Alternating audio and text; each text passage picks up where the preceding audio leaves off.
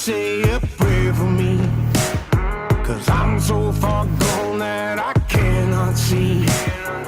My heart is drowning, my heart feels dead, my heart is threatened by the gun in my hand. Say, oh, oh, oh, somebody tell me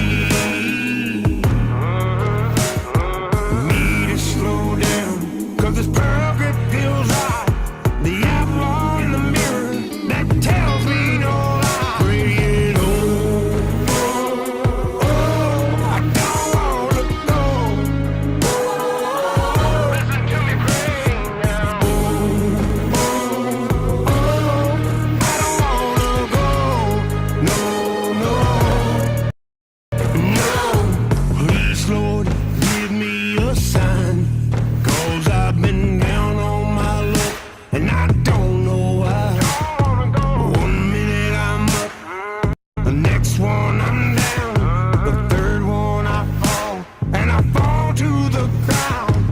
My heart is breaking, my heart feels dead, my heart is praying, Lord, please take my hand. Lord, won't you listen what I got to say, 'cause I'm fighting off the devil and he won't go away. Praying, oh, oh, oh, I don't wanna go. Oh, listen to me pray now. Oh, oh, oh, I don't wanna go. No, no. Oh Lord, I know I'm a sinner, and no one has called me a saint. Each time I feel a little number with each little swig of my drink. Listen to me pray. And Mary Jane, she has been good to me, and Jim Beam, he knows me by name. But I'm calling my knee, begging you please, Lord, hear the words that I pray. Praying, oh, oh, oh, don't wanna go. No, no, no. Saying, oh, oh, oh, I don't wanna go. No, no, no. Listen to me pray now.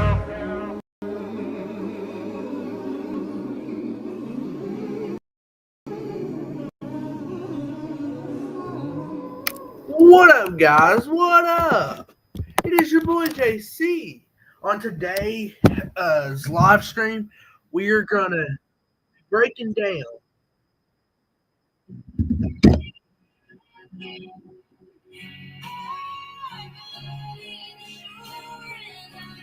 Sorry about that, guys. Bluetooth mode. But we're gonna be going into the interviews that I did. We're gonna be reacting to them. My first ever interview. This is part 1.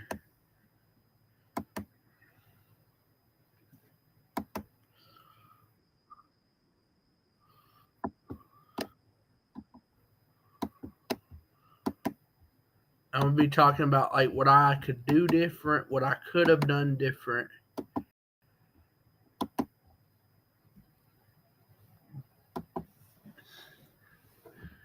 This is an interview I did with Rich Regal.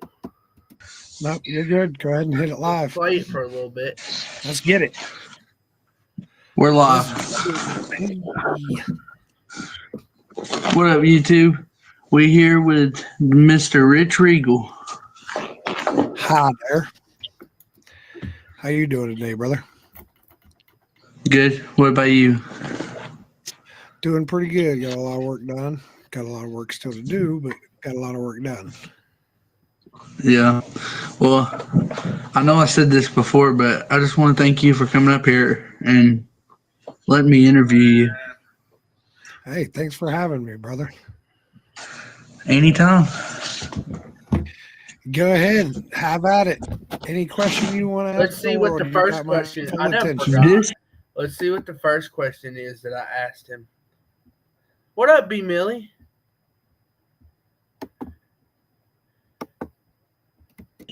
This is the question I've been waiting to ask you all day. All right. What other opportunities would you want to explore more than music? Ooh, that's a good one. Man, I've done a lot of stuff in my life. I do pinstriping on a professional level, like with hand pinstriping with a brush. I've sold a lot of my actual paintings, like full paintings, like of objects. Uh, I've been published in poetry books. I've done music at a professional level. I've owned my own tattoo studio for 21 years. I've done a lot of stuff.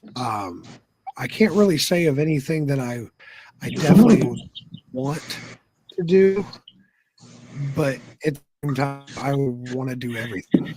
I want to learn as much as I can about everything that I can possibly learn, because knowledge is power. The more I know about everything around me and every aspect of it, it's just like if somebody that doesn't understand how events are thrown, if they walk into an event, they're going to be like, oh, this is a great event. That's probably the end of their thought. Me, I'm going to walk in and I'm going to be like, how is this all put together? How's the lights rigged at the top?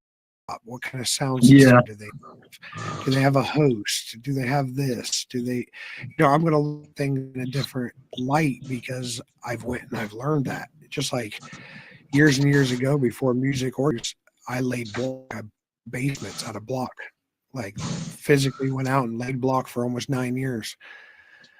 So now I know, and I framed houses for about 5 years.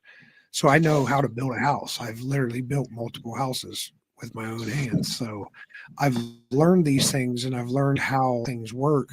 So if I would have restricted myself back then to say, yeah, I want to learn how to do this, and this is the only opportunity I want to have, then I wouldn't have learned all those things, and now I wouldn't understand how the world works. Yeah. And I still don't understand how the world works, but I got a better understanding of how things work. Well, would you ever want to do acting or anything? Yeah, I've done a little bit. Actually, recently we've been doing some funny reels and skits through my YouTube and on my page with another artist named Buckshot Beezy. He's a hilarious comedian.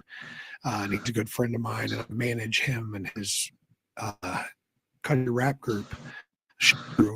And I've been doing that stuff. So I would consider that kind of like acting. I wouldn't consider myself an actor by a long shot. I'm not no Charlie Sheen or anything, but I mean, I watch your Instagram there. He's pretty funny, Buckshot. yeah, he is. Didn't you just do a song with him? Yeah, Buckshot Beezy, and Mike Mann. Wasn't it Hey Dude?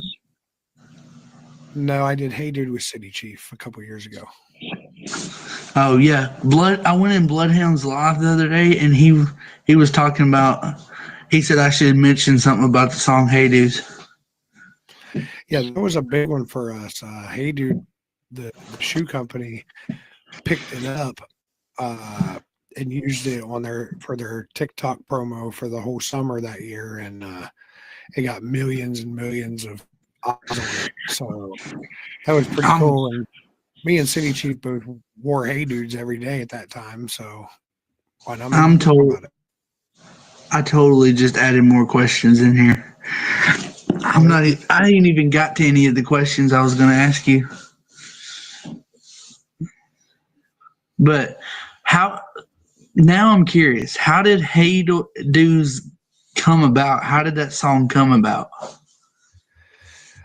Basically, like I said, me and City Chief both wore Hey Dudes at that time. And he came to me one day. We were actually, he shoots music videos too, on top of the music.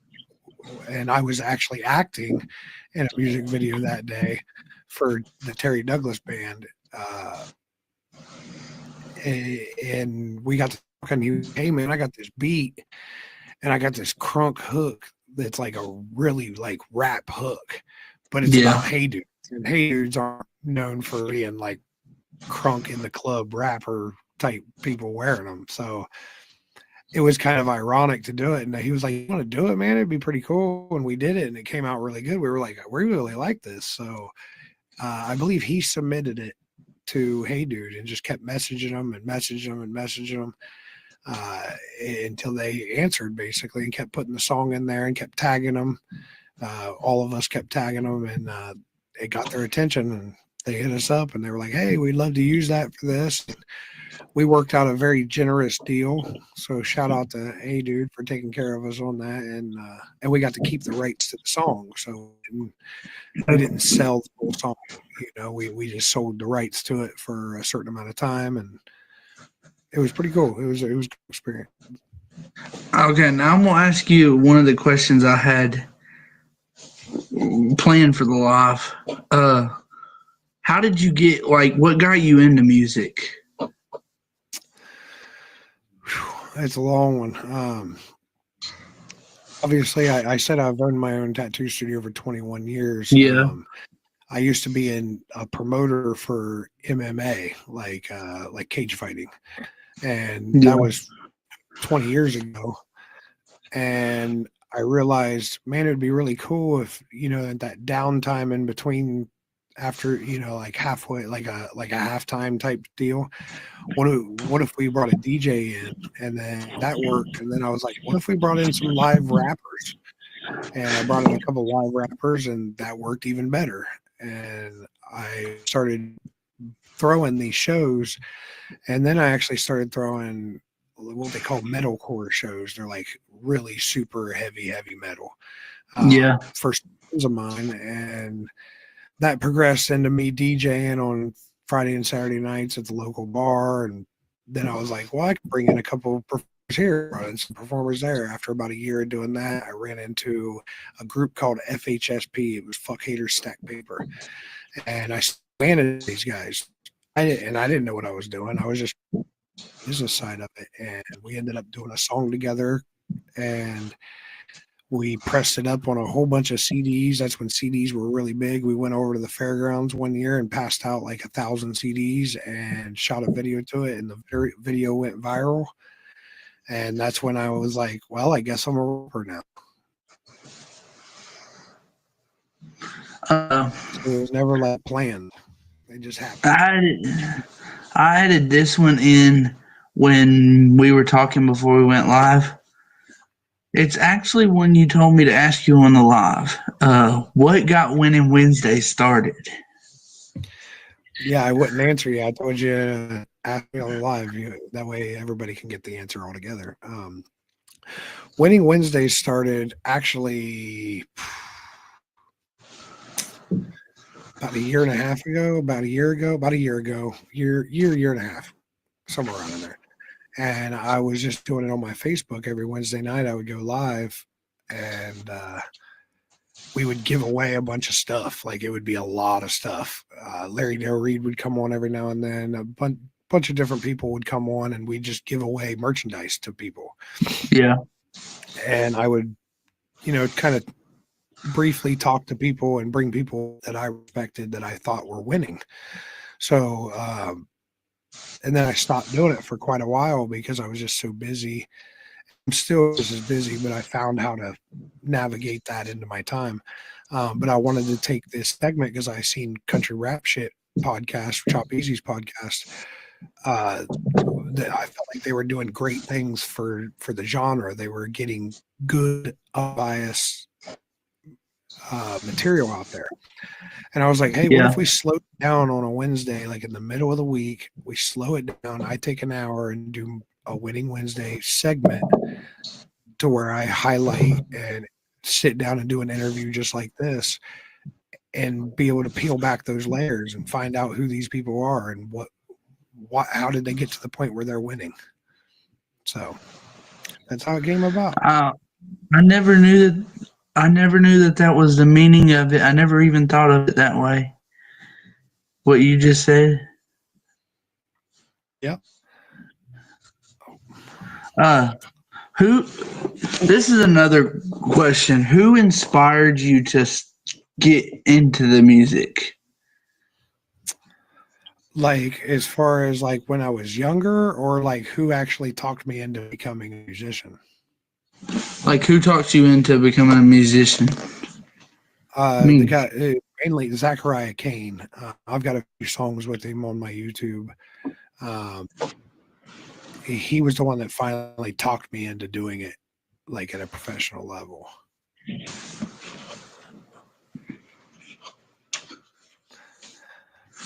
So Now, he helped. if we're talking, what's that? I said you can go ahead and answer that one. I was going to say, growing up, I listened to a lot of different stuff. I listened to Hank Williams Jr., Dave Allen Coe, to Bone Thugs and Harmony, Tupac, obviously, Biggie, Dead Old Predators, 90s. KRS-One, Eazy-E, all of these things. But I was always in love with 90s hair bands like Poison Yeah. and Warrant and Motley Crue. I loved that image. I loved it. It just looked cool to me. And I feel like I'm nothing like any of those type of artists that I just mentioned, like in any way, Yeah. shape, or form. I feel like I am my own artist. I'm not like anything else out there. Which for me is, I feel like no matter what happens, I'm good because I know that I did it my way. I'm good because I know that I did it my way. Do you got another? My way or the highway.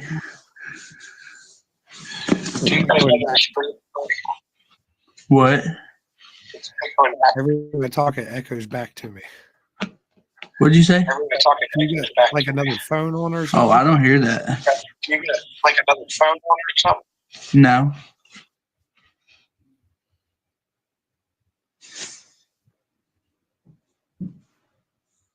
Hold on.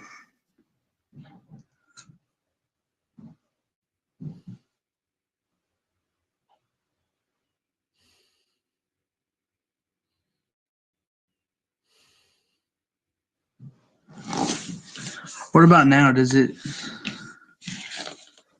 Yo. Yo, yo, yo.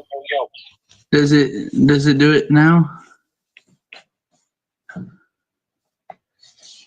Is it doing it? I Is can't it tell. doing it? Hang I on. can't Let me- tell. Hang on. Yep, it's still doing it. Yep, it's still doing it.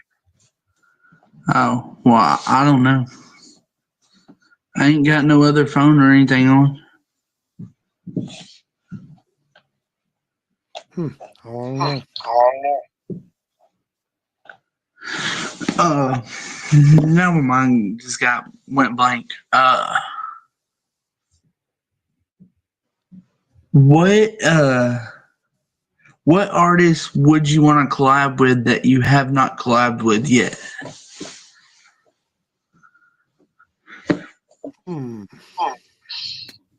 There's really There's a lot. really a lot. I think- Hard Target is one that Target is one that we've talked about it we've talked about it 100 times. 100 times. And I'm speaking like hang right now. I've worked with Jelly Roll. I've worked with a lot of bigger artists, but I want to work with artists that are that big. You know what I'm saying? Because and no disrespect to the artist. I just would rather help smaller artists, whether smaller than me or even bigger than me.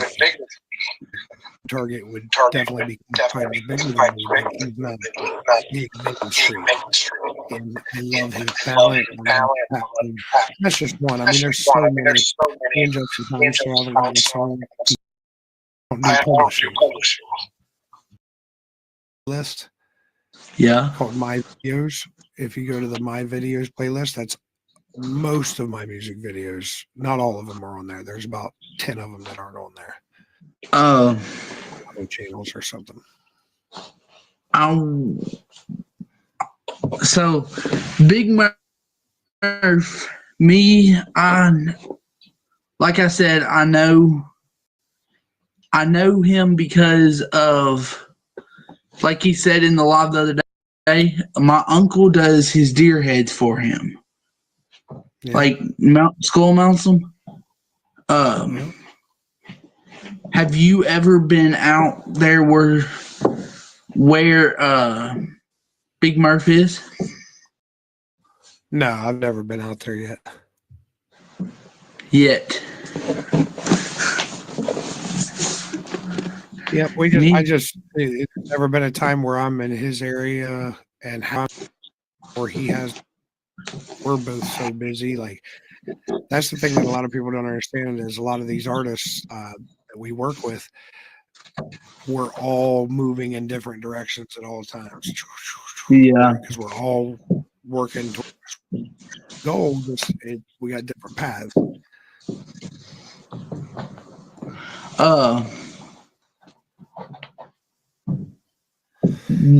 Would you ever collab with a country artist? And if you did, what country artist would it be? I've worked with country artists before. Terry Douglas. We've got a couple songs together. If I was going to pick a big country artist to work with,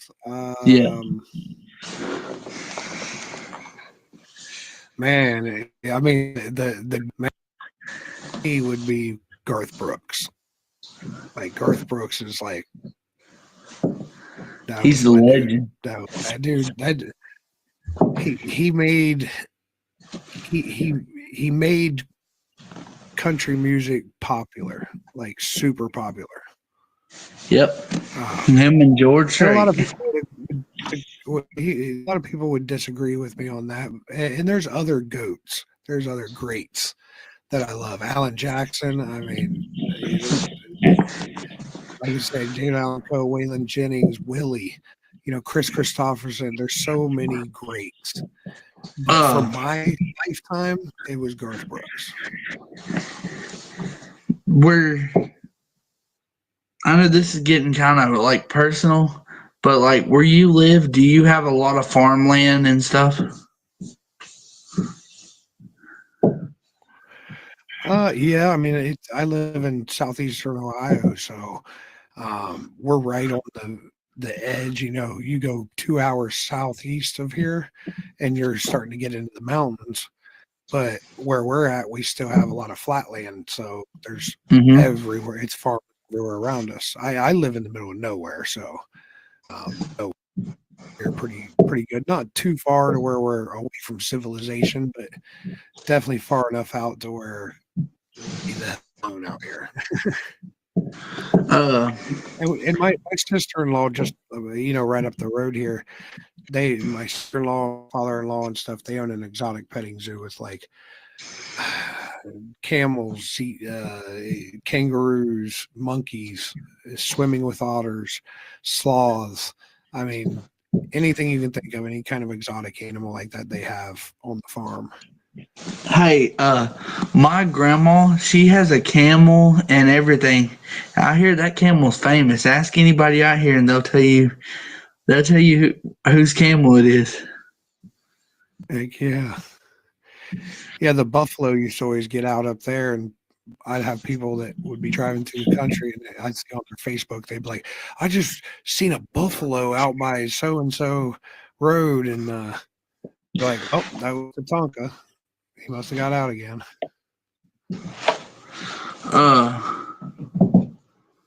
What other rappers what other rappers did you, except old rappers and stuff like Tupac and them, when you were growing up, what rappers did you listen to, like newer rappers? Like, Well, now, like, I was there. What newer rapping? I mean, like now, what newer rappers do you listen to now? I would say Doobie is probably my biggest rapper that I listen to, but he's merging into being a rock artist now. He's not rap anymore. He doing rocking. Big extra plug. I really love what Big Plug's doing because he's got. Oh, And there's so many other artists from down there, but that slab music, that stuff was really big in my time. You know, Paul Wall, that was all big in my time. Screw Chop stuff, Texas. Now that they're bringing that back heavy, I really like that. And Big X the Plug is kind of leading that pack. You got Mexican OT, obviously just slaying it. I found the Mexican OT by an artist named Little Man J. Yep. And he remixed a song with Lil Man J called, like, I think it was called Whiskey or Wine or something. I couldn't remember. I couldn't tell you. Not But sure. I listen to all different kinds of music. I've been big into country rap lately. Like, I started off listening to Upchurch, and then when Upchurch collided with ACAL, I started listening to him, and then you just find more artists as you get bigger, more into country rap. I found Who the TF is Just in Time, and then I found you and Chop, and Who TF is just in time? He's getting there. He's got low numbers, you know, but he's getting there. Adam Calhoun's already winning Wednesdays. Adam will do all right. I mean, he's got like 1 million streams on every platform. He's got like 1 million streams on every platform. He works for that. He does. I think Adam will be. Bro, are you laying down on the damn floor? Yeah. I didn't have nowhere. Laying down on the damn floor, bro? I didn't have nowhere else to sit and do this. You didn't have a chair? Nah, because my grandma and them were in the kitchen, and it's loud in there. What? Oh, you should have put Grandma on there. Oh, you want to say hi to her? Where's Grammy at? Let's talk to Grammy. Let's go. Let's talk to Meemaw. Hey, you want to say hi? Hello. Oh, this video is way behind. Hang on, your video's got to catch up because your internet's a little slow. Hey. There you are. Hi. Hi. Hey, Dave. Yeah. I come in here because it's loud in there, and literally, I don't know if I can turn my camera around on this. Literally, there's nowhere in here to sit. So Yeah, I just lay. I'm just in the closet, laying in the floor. But bro, I'm just looking out for you. I figured, hey, you got a chair. Oh, you got some snacks up there, don't you? Nah, not this time. I like some snacks, boy.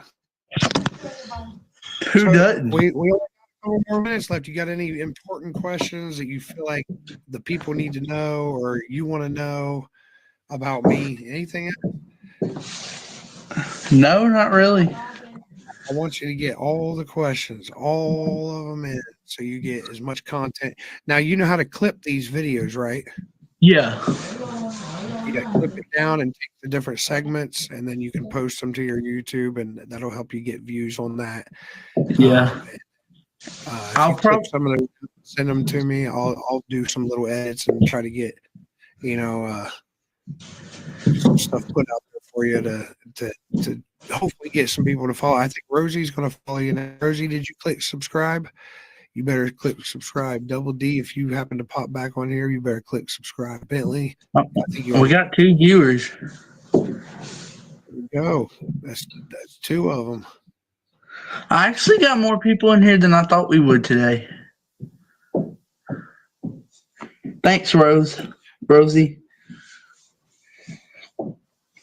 It really does. It Well, really Rosie's does. the shit. That's that. It really does help Rosie. Trying to get bigger and better She artists knows on here. So that's why people like her do this, because they want to see you win too, man. You got it. Yeah, trying to Like I get said, bigger and better artists on here. and it'll keep growing. And someday you'll have somebody that knows what they're talking about music. I'm just on here blabbering. So, but someday you'll have somebody like you said. Upchurch is your big dog. I hope you get Upchurch. I think that I said that before we went live, that my goal is to get Upchurch up here. Yeah. So if that's your goal, I want you to get that someday, bro. But it's going to take a lot of hard work. It ain't easy. You just keep doing it, keep doing it. Put out content, put out better content, keep getting better. Camera, phones. It takes some time. I'm working on getting a GoPro so I can film like fishing content and stuff. Yeah, film everything and then cut it into clips. 1 minute clips.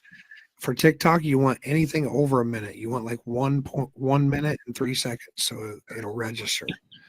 Just little pointers.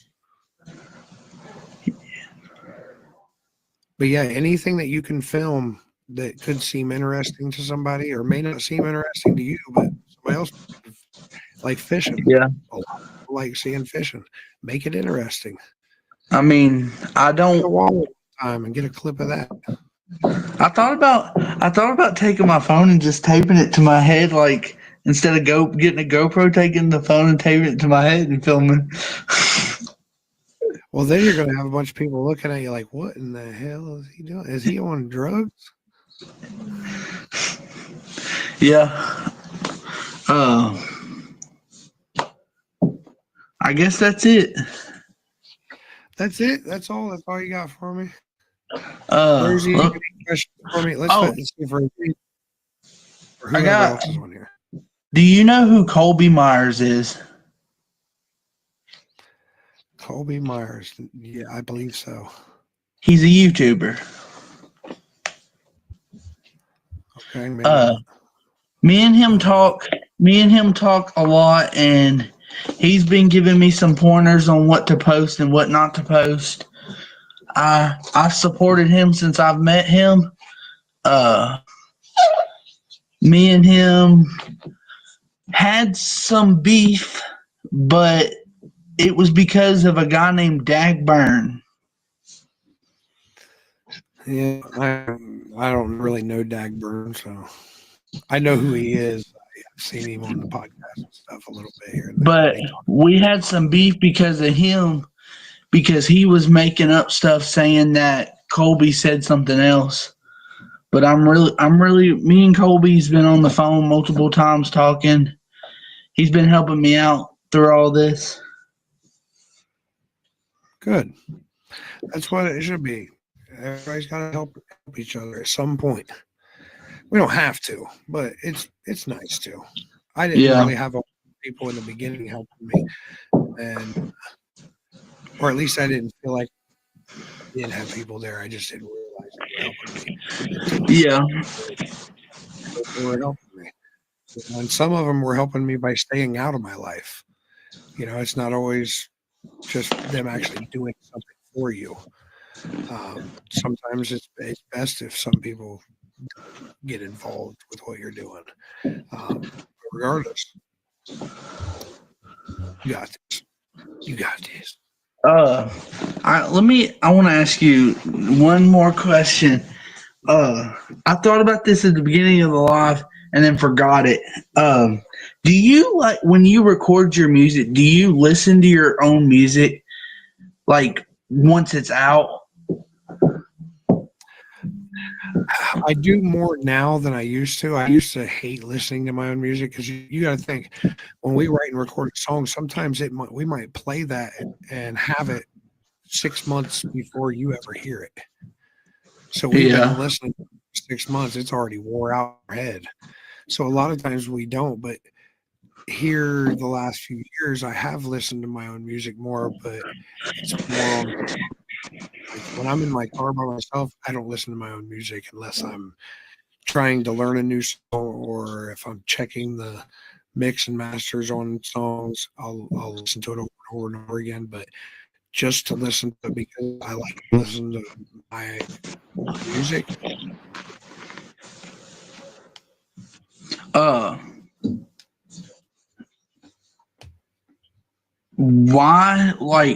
Why does it take y'all so long to release the music? Because like I've always dreamed of being an artist, and I'm like one of them people that as soon as I write a song, I want people to hear it. I want people to hear it. Like, why does it take y'all so long to release it? Sometimes it doesn't. I mean, I watched Zachariah Kane do All in a Day's Work. It was a mixtape. I think it was a 7 or 8 song mixtape, 8-song mixtape, and they did it in 24 hours and released it.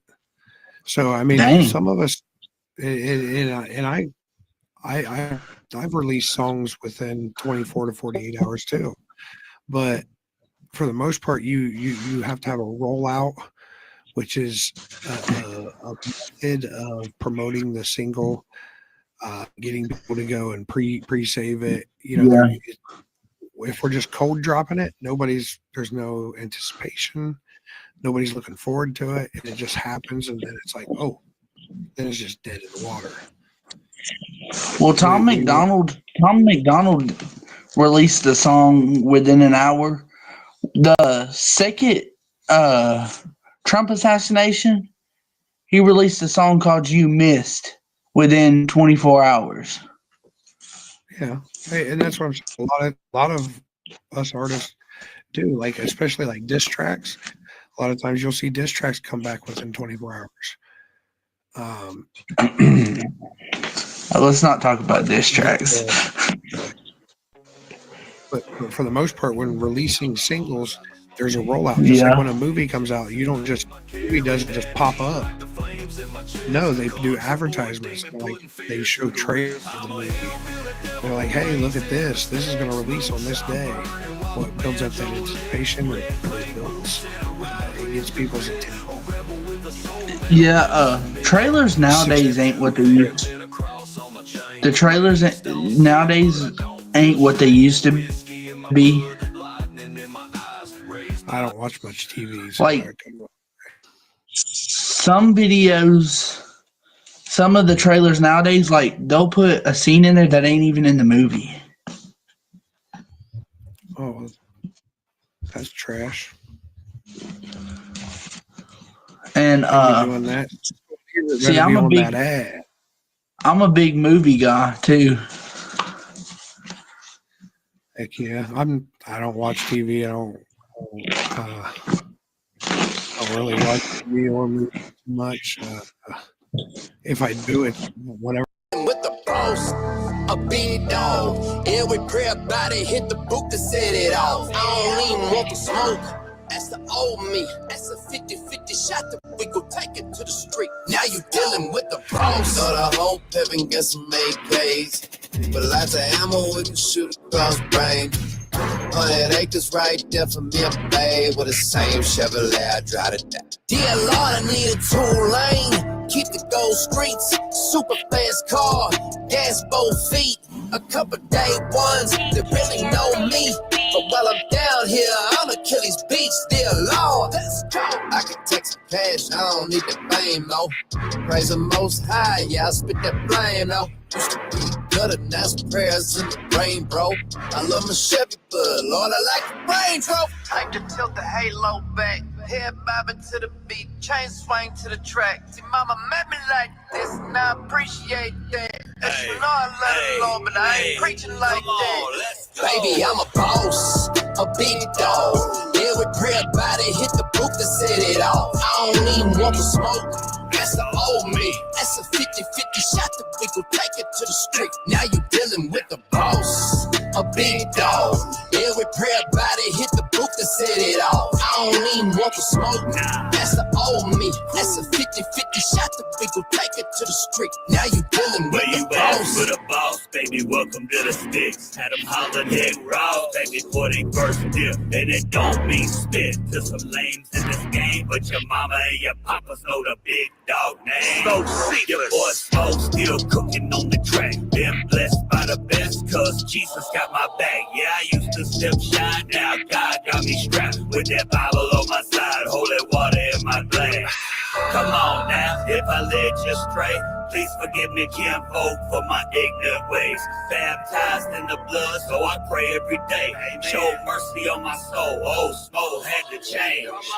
Never be the same. Nah, I ain't having it.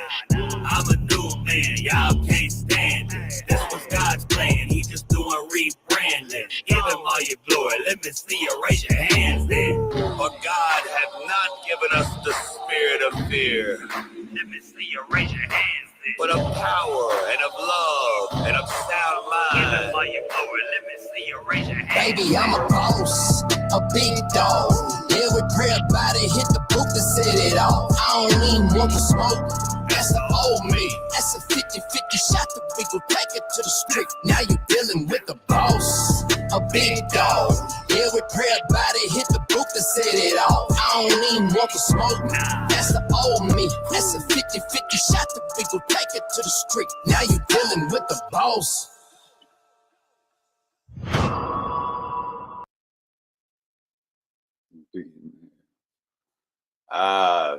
That's a banger. What up, guys? Welcome to JC Talks Country. We're here with the man, the myth, the legend, Mr. Smo. What up, JC? Good to see you this afternoon, Kim Folk. Appreciate you having me on the show. What up? Hey, shout out to Country Carter for being on that song too. KC in the chat, baby.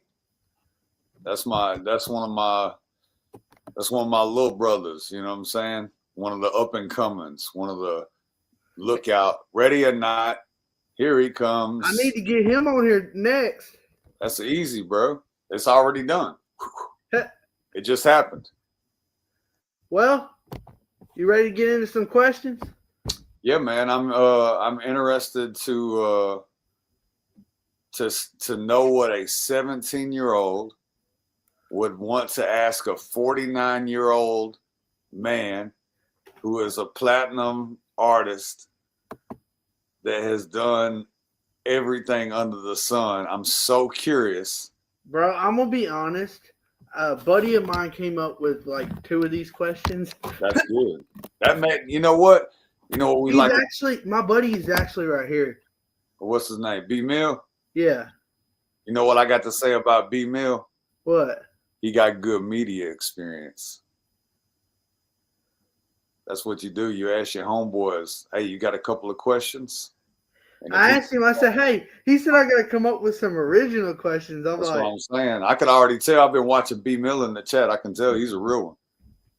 Yeah, bro. Me and him's got another. I want to say this real quick. Me and him's got another podcast that airs every day, Saturday at 8 o'clock called Facts No Fences. Yeah, y'all go check B Mill and JC out, man. Every Saturday, you said? Every Saturday, except last Saturday, we have a podcast called Facts No Fences. Yeah. We actually just had another guy that had a song go viral that we did an interview for that podcast. I don't know if you know who Black Wizzle is. He had a song called Cashville Be Ballin'. I just did it. Me and Black Wizzle working on a song right now. Yeah. Yeah, me and Wizzle got a song coming out. It's crazy how you shout somebody out in a podcast and then like they like your story and follow you back and is like, hey, how can you get me up there? Like that's how it all happened. Yeah. I just sat down with Wizzle last week up in Nashville. I had him come up to the Sony ATV writers room and we sat there around a table and kind of chopped it up, man. I was like, you know, he was already interested in doing a record with me.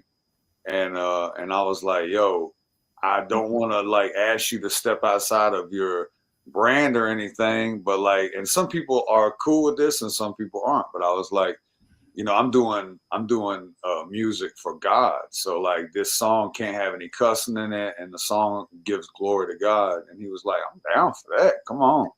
So he had no pushback at all. And I was like, see, this is what I'm talking about. Somebody that's just not afraid to rep God when it comes to, you know, their artwork. Well, let's jump right into the questions. This is actually one of the first songs I wanted to ask you. One of the first things I want to ask you. What made you turn to Jesus in your songs?